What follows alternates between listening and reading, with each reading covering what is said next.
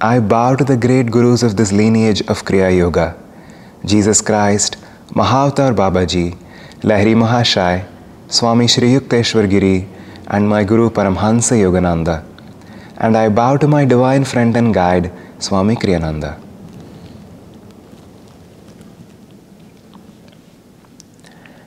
Namaste friends. Welcome to the 4th episode of the series, The Path of Kriya Yoga. In the last episode, we looked at the astral anatomy of the human body. We looked at the 3 subtle nerve channels, Ida, Pingala and Sushumna, what they mean, what are their purpose, how do we work with them, and we also briefly discussed Kundalini energy. Kundalini is one of the most important concepts to get right on the spiritual path, because no matter whether you are on the path of Kriya Yoga or not, if we are on the spiritual journey, if we are consciously working towards our own expansion and liberation, we are working with that Kundalini energy, because it is that source of life force, that vital life force that is wound up, that infinite potential at the base of our spine.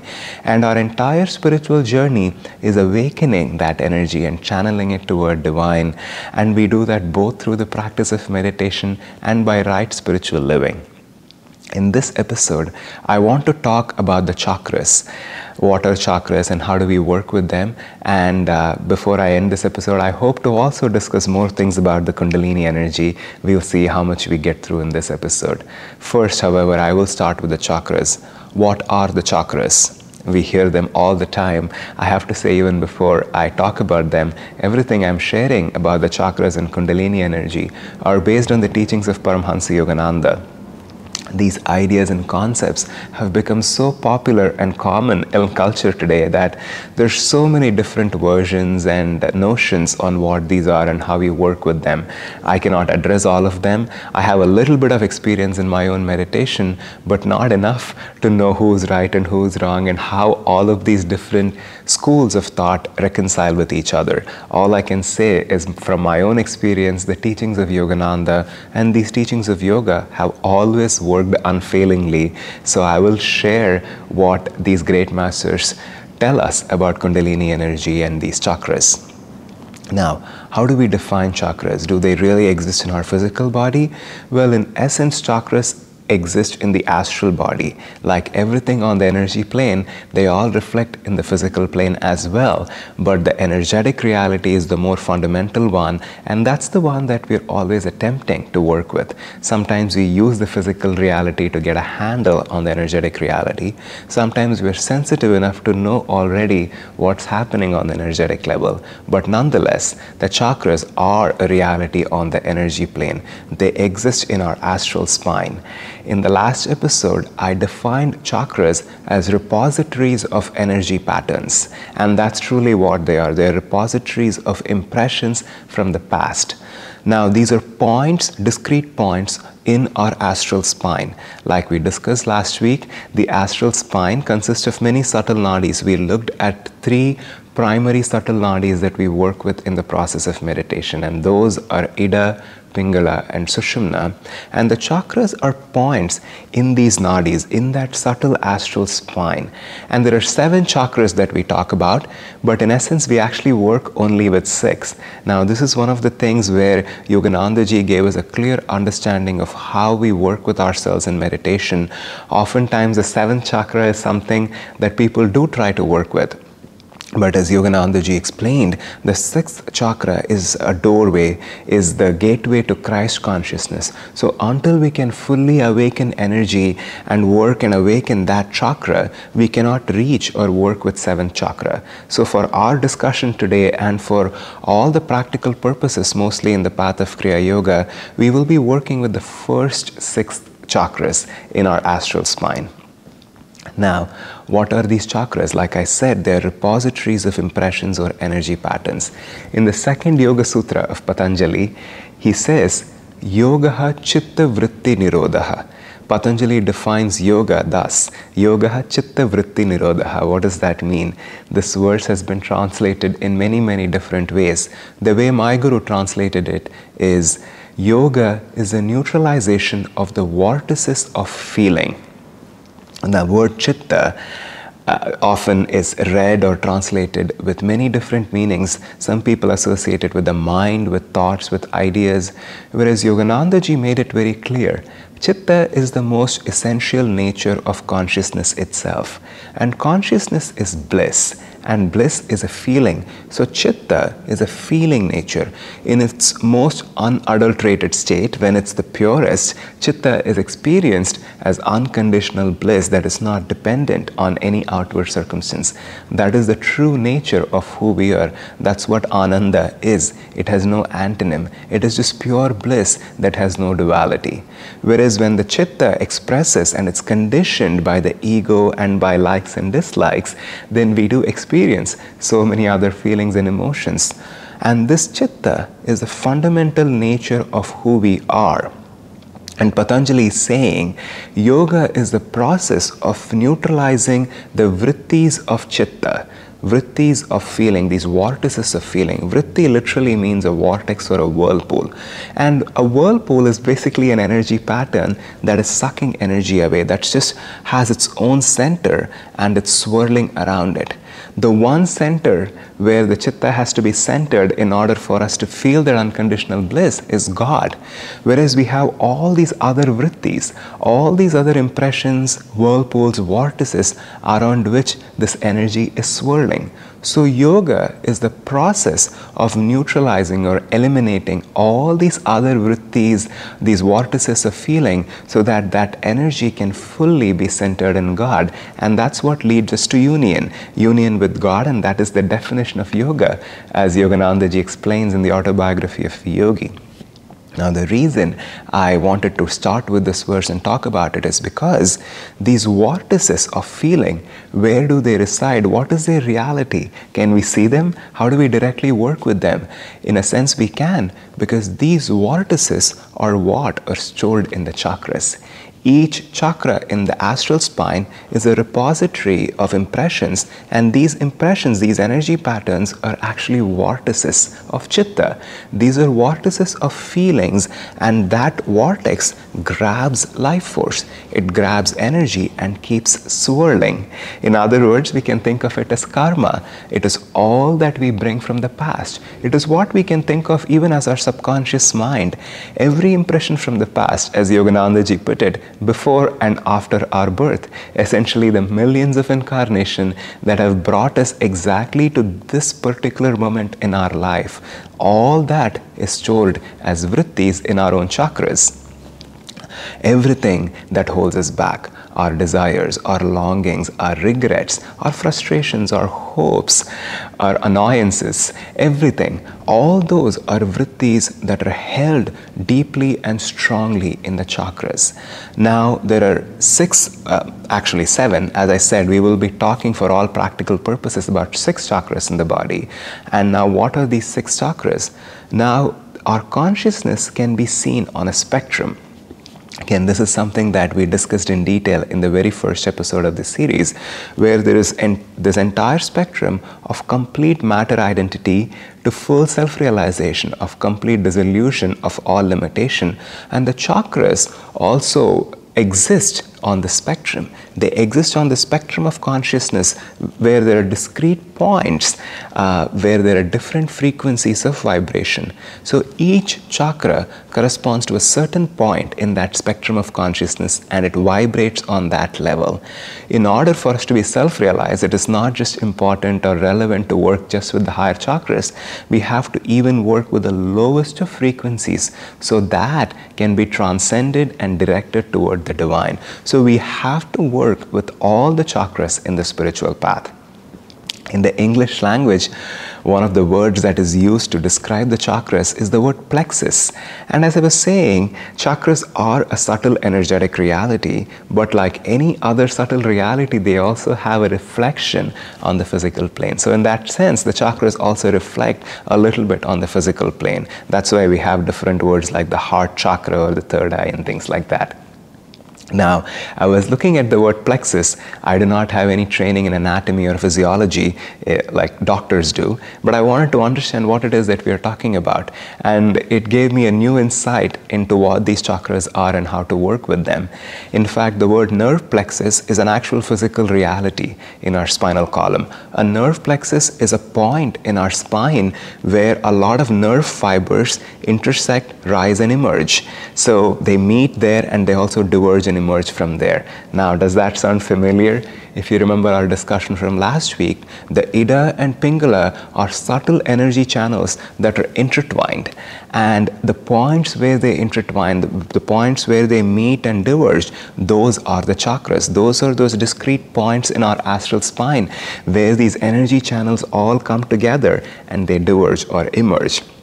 So similarly, in our spinal column, we call them nerve plexus, where the nerve fibers intersect and emerge. So there is a significant physical correspondence between the physical spine and the subtle reality of the chakras. Now, I'll go through each and every chakra, and they all correspond to different nerve plexus in our own body. The first chakra, we call it the coccyx center, the coccygeal plexus. The sacral plexus and the coccygeal plexus are sort of the same thing because there's a big chunk of nerves there that sort of meet and work together. In fact, these two chakras are even called twin chakras. I'll talk about that a little bit later. But those two are the first energy centers, the coccygeal plexus and the sacral plexus. And the third chakra is this lumbar plexus that is located around the navel area. That's this next point where Ida and Pingala intersect. And the chakra that comes after that is the dorsal plexus or the heart chakra. Now, the physical heart is not necessarily located at the center of the body, but the heart chakra is located at the center. Now, think about it. Even when we talk about ourselves, we refer to ourselves by pointing to this center of the chest, and that is the heart chakra. And the throat chakra is the cervical plexus, which is located right near our larynx and this part of the throat. Now, the sixth chakra, as we already discussed, has two poles, and we have covered this in quite a bit of detail already in the first episode of this series. And the two poles of the sixth chakra both exist in the brain, and those, the one is the prefrontal cortex and the other is medulla oblongata. So these two together form the two poles of the sixth chakra, and as we know, they play a very, very important in our own spiritual life. These two chakras are in fact the two poles of consciousness. The spine itself has two poles, the positive pole here at the top and the negative pole at the base of the spine. And these two poles also reflect within the sixth chakra, here at the medulla and here at the prefrontal cortex. Now, we will go through each and every chakra, and I want to talk a little bit about the particular frequency that chakra expresses and how do we work with it. Just in brief, we'll talk about each and every chakra, and then I'll come back and talk a little bit more about Kundalini energy.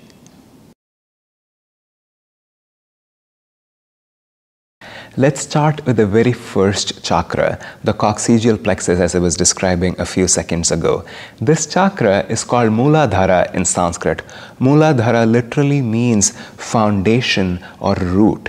And that is why this chakra is even translated as root chakra in English. So this is a very important chakra because it connects us to that physical plane. This grounds us.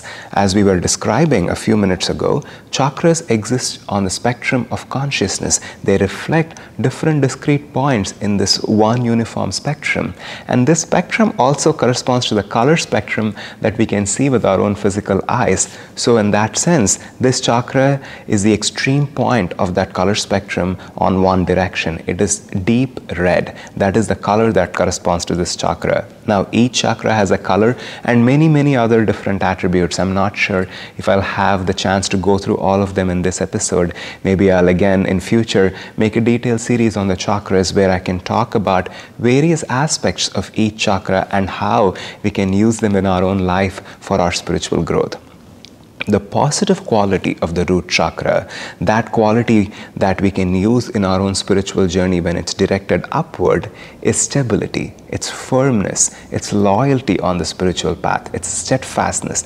Everything that makes us strong and stable, all of that comes from the root chakra. So when the energy of this chakra is directed up, when we are able to draw that energy into deep Sushumna, what that root chakra gives us is that ability to find security in God, to be steadfast in our spiritual quest. Loyalty, Yoganandaji said, is the first law of God, because this is the very first chakra. So we have to start with this chakra, and this is also the doorway to that Kundalini energy. Before we can rise that Kundalini energy, we have to first stabilize or balance this chakra, because Kundalini resides right below this chakra. So it is that first doorway through which Kundalini can ascend into the Sushumna or the subtle spine. So when directed in the positive way, this chakra has a lot to offer in our own daily life and especially in our spiritual journey. But if the energy at the same time is directed downward or is leaking outward, if there are a lot of vrittis in this chakra, what could they be? Well, you can easily guess that heaviness can also reflect or express as rigidity, as firmness that is not helpful, as a kind of brute strength that is expressing in the world, as the lack of loyalty. In fact, that could be one of the vrittis that we can hold in this chakra. And it could even be that insecurity that we constantly feel, that we have to seek it on the material plane. We have to seek it through wealth, through greed, through power. All of those vrittis can reside in this chakra. So when we are working with this chakra, we are consciously working on neutralizing all those negative emotions and directing them and transcending them to express the same as security, as loyalty, as steadfastness, as firmness, and all these other positive aspects of our own nature which we can use in our spiritual journey. The second chakra that we are working with is the sacral chakra, or which is called Swadhisthana in the Sanskrit language. The color that corresponds to this chakra is the color orange. That's the color in the spectrum that reflects the frequency of this chakra. This chakra in the physical body corresponds to the sexual organs. So the sexual organs are the outward expression of the energy in this chakra. So this is a twin chakra to the root chakra, because they reside very close in our own physical body, just about an inch apart, because they are both located in that plexus of the same nerve fibers that are at the base of our spine. Now this chakra, when positively directed, it has a lot to offer to us. This energy of sexuality itself, it was not given to us for seeking pleasure. Because of all the vrittis and impressions that we hold in this chakra, that's how we see it in this world. On the material plane, humans see sexuality as a pursuit of pleasure, but this God-given instinct is present in our own bodies for procreation. It is for expanding and multiplying this bliss that God has given us. That is the purpose of this chakra, or the energy that came to us. However, we get confused, and when the energy is directed outward and downward by that negative pull at the base of the spine, then it does express a sexuality. And the sexual energy also has a lot of positive components. This procreation is not just a physical act of reproduction, it is also any creative pursuit. Procreation itself has the word creation in it, because we are creating, we are expressing God's bliss on the material plane as it flows through us. So even creative pursuits like art or any creative expression that we have in our own life can be centered in this chakra. This chakra can be very powerful in being able to express that in our own life. And on the negative side of things, it can also express in terms of that pleasure-seeking tendency. Now, one of the fundamental things that we equate with every chakra is an element. For the root chakra, that element was earth, and for the sacral chakra, that element is water. This attitude or aspect of creativity in our own consciousness is an attitude of flow. You know, the water element, if you think of it, imagine the flow of a river. That's the best visual image that you can think of for the sacral chakra. The river is constantly and always flowing through various points, but does not attach itself to any physical location, because all that it's directed towards is its final goal in the ocean, that sea that it's waiting to reach. Similarly, when the sacral chakra is pointed in the right direction, when we are able to lift that energy through Sushumna in the sacral chakra, then we are able to draw all that life force and direct it towards that one goal in God realization, that ocean of God consciousness. However, on the negative side, that same flow can make us wishy-washy. The vrittis that we can hold in this chakra can make us rather unstable if we are not directing them toward the divine. That same river can make you easily sway with the opinions of others. They can make you less steadfast on the spiritual path. Today the river is flowing this way, and then something else is standing there and the river turns its course and it's flowing this other way tomorrow. So that's something that we have to work with in this chakra. We want to always use that fluidity and adaptability of water, but channel it toward the divine. Never lose sight of that ultimate goal. That's why this chakra even complements really well with the root chakra, because that grounding is what is needed in order to have that river flow or point always towards its goal in the divine. And this chakra, when directed in that positive expression, can give us such great potential of creative energy, of adaptability and fluidity for our spiritual journeys. Now, the third chakra that we are working with is the lumbar plexus. It is also often called the solar plexus. In Sanskrit, it is called the Manipura chakra. It is located right near the navel center in our own physical body. The color that corresponds to this chakra is the color yellow. It is the color of the bright sun. It is also the color of the fire, which is the element that corresponds to this chakra. Now, this is an extremely important chakra for the practice of meditation, because this is the center of willpower in our astral spine. It is that point in our own subtle anatomy from where we derive that strength to exercise power and channel energy in this world. In fact, there is a clear correspondence between the third chakra and the sixth chakra, or the spiritual eye, where we focus in meditation. In fact, that is the essence of the Bhagavad Gita itself. Bhagavad Gita is a conversation between Arjuna and Krishna, and Arjuna represents the third chakra and Krishna the sixth chakra. So the entire summary of the spiritual path is a relationship between these two chakras. At this sixth chakra is the God-given will, this cosmic guidance that we are feeling, and this third chakra is the individual egoic will that we are directing toward the divine. So we have to awaken that third chakra in order to make any spiritual progress, and especially in order to practice meditation. Because as you all know, meditation is the act of concentration, and concentration takes willpower. Oftentimes, people imagine meditation to be relaxation or passivity. It is relaxation, but of a very different kind than what we are generally used to. It is relaxing in the superconscious state. It is not dumbing or numbing our consciousness. It is not drawing our energy down or going into the subconscious. Yes, sometimes we do need subconscious relaxation. We do need to sleep or relax or watch a movie or read a book. It's perfectly understandable. But in the act of meditation, there is no passivity.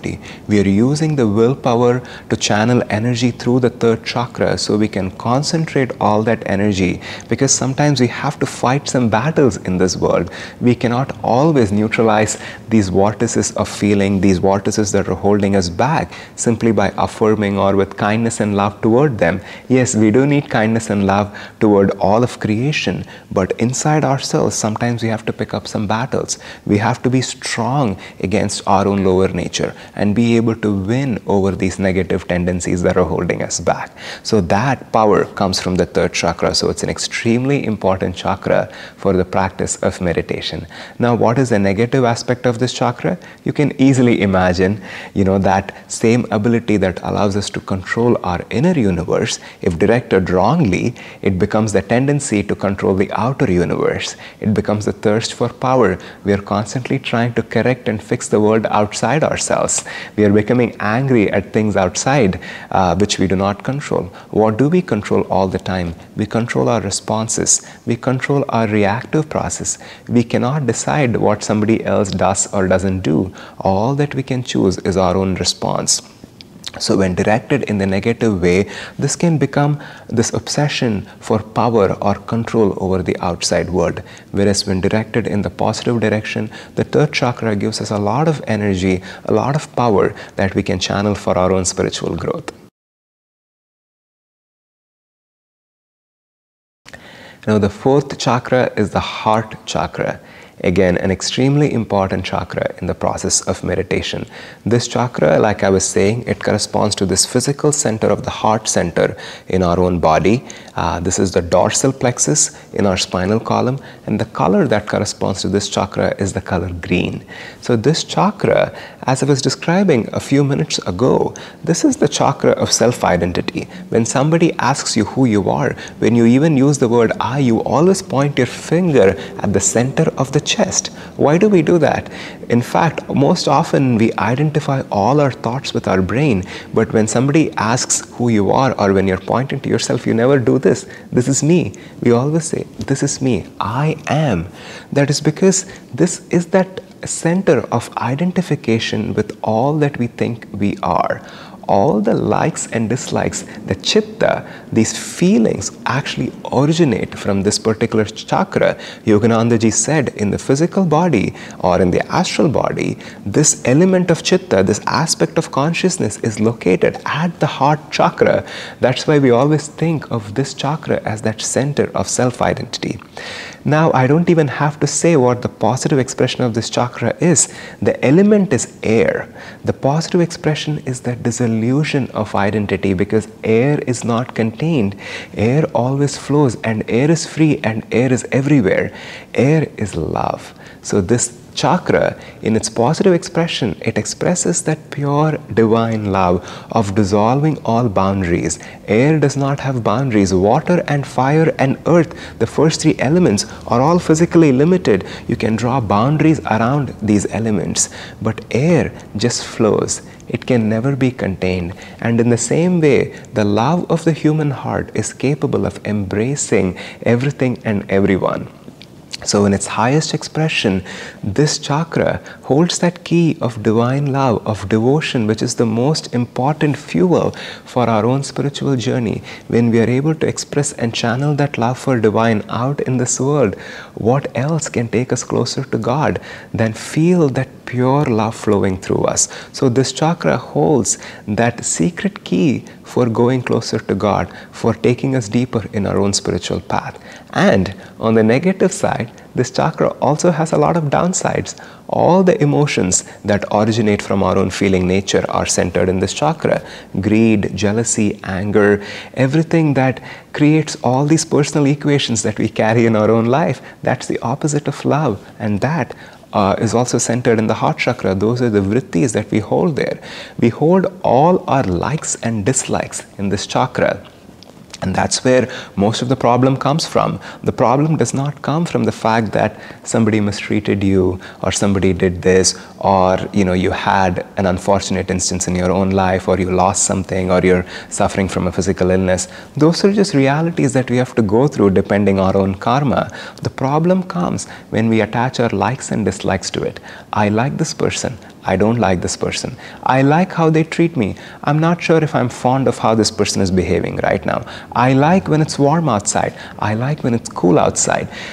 So all these dislikes and likes that we hold in our own hearts, those are what condition our ego, and they're constantly making us go through these various roller coasters of emotions, keeping us away from realizing our own divine potential, keeping us from feeling that pure, unconditional divine love that we are capable of feeling and being centered in God all the time.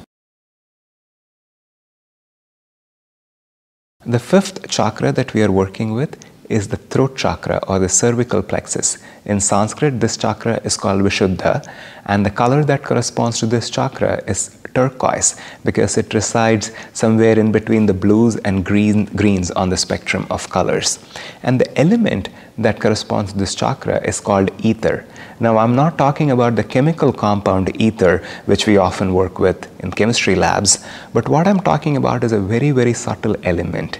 That's how the Indian scriptures describe this particular chakra and the element that goes with it. You can even think of it as pure space. Now, even as scientists are discovering and telling us today, there is a medium through which even light travels. As much as it doesn't need any chemical particles or any atoms or molecules for it to be transmitted through, light does travel through the medium of space. And this space, this subtle medium, is what we are working with when we describe the fifth chakra. Now, what are the positive qualities of this chakra? The first and foremost is the attribute of calmness. This chakra is very close to that complete union with divine consciousness at the sixth chakra. That's why it's subtle. That's why the element is even hard to perceive. Each element that corresponds to the different chakras also have sensory perceptions associated with them. If you think of the wind, although you cannot see or touch, you can feel the wind on your skin, but you cannot see, you cannot hear, you cannot smell the wind, but you can still feel the wind rubbing against your skin. Whereas space, it does not even have that. So what perception does space have? It is that perception of sound. It is that sense of sound that exists even in pure space. We are not talking about the sound that travels through air, but we are talking about the cosmic sound of Om, which is the essence or the foundational principle of creation, which is centered in this chakra. And not surprisingly, it corresponds to the throat chakra, the part of our body through which we express sound. So this chakra is the energy behind our voice. As I was describing, the positive attribute of this chakra is calmness, centeredness in our own self. So when we are calm, it easily reflects in our voice. Our voice has a certain tone. And when we are not, when we are angry, when we are restless, when we are excited, when we are disturbed, our voice sounds different. So we can easily work with this chakra just by expressing the right consciousness through our voice, by always expressing calmness and centeredness when we speak. This calmness comes from detachment. That's really the gift that this chakra holds for us. We want to be objective in our discernment of realities. We want to be detached. We want to be calm in our own self. As we move through life, calmness is an aspect of the divine. Calmness is being stable and centered even in the midst of conflicts. Yogananda ji used to say, a yogi needs to stand unshaken amidst the crash of breaking worlds. And that is the gift of this chakra. When we are able to direct this energy positively toward the divine, then the gift that we get is being able to stand unshaken amidst the crash of breaking worlds. And what are the vrittis that we hold in this chakra? There are many. Restlessness, boredom, everything that draws us out, excitement, everything that keeps us away from feeling that calmness. All these are ways in which energy leaks away from this chakra, and when we are able to draw that energy back in and direct it toward the divine, then we feel this as that pure calmness, as that aspect of divine that is going to take us closer to God union. The next chakra that we are going to discuss is obviously the sixth chakra. This chakra is called Agnya in Sanskrit language, and there are two poles to this chakra. We have discussed this chakra quite a bit already in this series, especially in the first episode where we were talking about the spectrum of spiritual evolution. The two poles of this chakra, one resides here, the negative pole at the medulla or the limbic brain, and the positive pole here at the spiritual eye or the prefrontal cortex of the brain. The color that is associated with the positive expression of this chakra is the color blue, the deep spiritual color of Christ consciousness. That is the color of this chakra. And then the word Agnya itself means control or will. Now this chakra is quite different from the third chakra, which is also that individually guided will. Whereas the third chakra is individually guided, the sixth chakra in its positive expression is God guided. This is the center of intuition. It is the doorway to Christ consciousness. It is the way through which we connect with the divine, through which we draw intuition into our lives, the center through which we can know God's will for us. So it is the most important chakra in the process of meditation, but also in our daily lives. In the practice of meditation, we always want to focus our attention and keep it centered here at this point, keep our gaze centered there. And in our daily lives also, we want to keep our awareness centered in this point, although we are looking out through our eyes and interacting it with the world.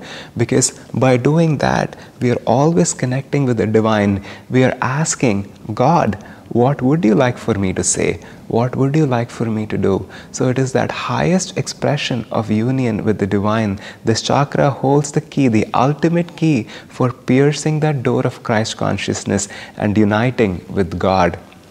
In Sanskrit, the other aspect of consciousness that resides at this point is called Kutastha Chaitanya, or that hidden God consciousness that is in every atom of creation.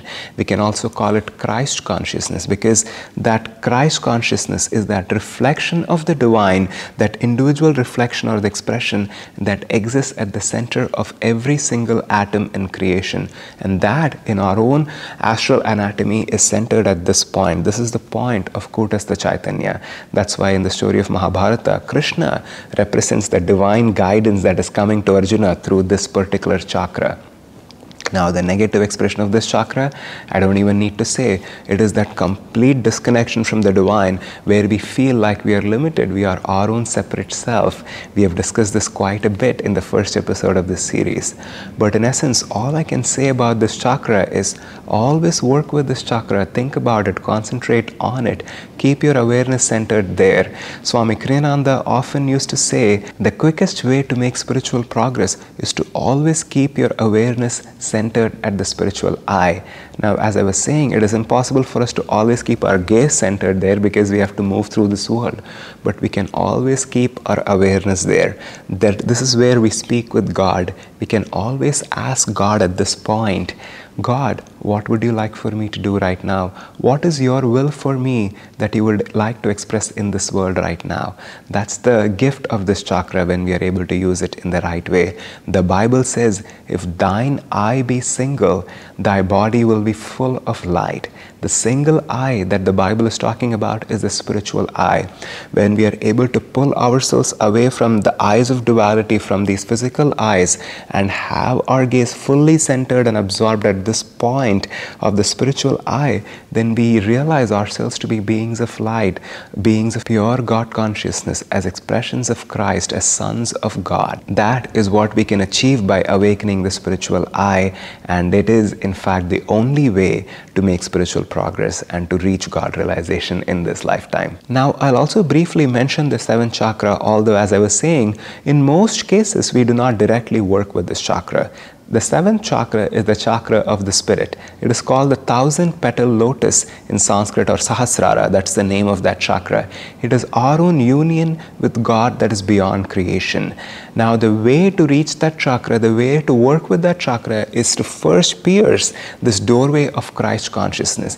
That is why in the Bible, Jesus says, nobody can reach my Father unless through me. I am the doorway. I am the only way. He was not talking about his own personality or as if he was the only guru that has come to this planet. What he was referring to is that doorway to Christ consciousness is the only way to reach God beyond creation. So for the most part, we are working only with the first 6 chakras in our spine. So in the process of meditation, as much as we can work with the other 5 chakras in our daily lives and affirm all the positive qualities, in meditation, it is helpful for us to absorb ourselves and to fully focus our gaze and concentrate at this point, at the 6th chakra, because when we do that, we increase the flow of that cosmic river toward God union, toward attuning with God's will. And we are constantly trying to attune to God's will in meditation. Everything else will automatically fall into place. All the vrittis, all these vortices that are drawing our energy, that are causing leakages in all these other chakras, will eventually be drawn into this cosmic river, into that flow of life force in our subtle spine, and we can draw toward the spiritual eye. And that is the most effective way to meditate. I think I have spoken enough today already. So I did want to talk a little bit more about Kundalini and how to work with the chakras, but I think it is going to wait until a future episode. Thank you for joining me today. I'll speak to you again next week. God bless you.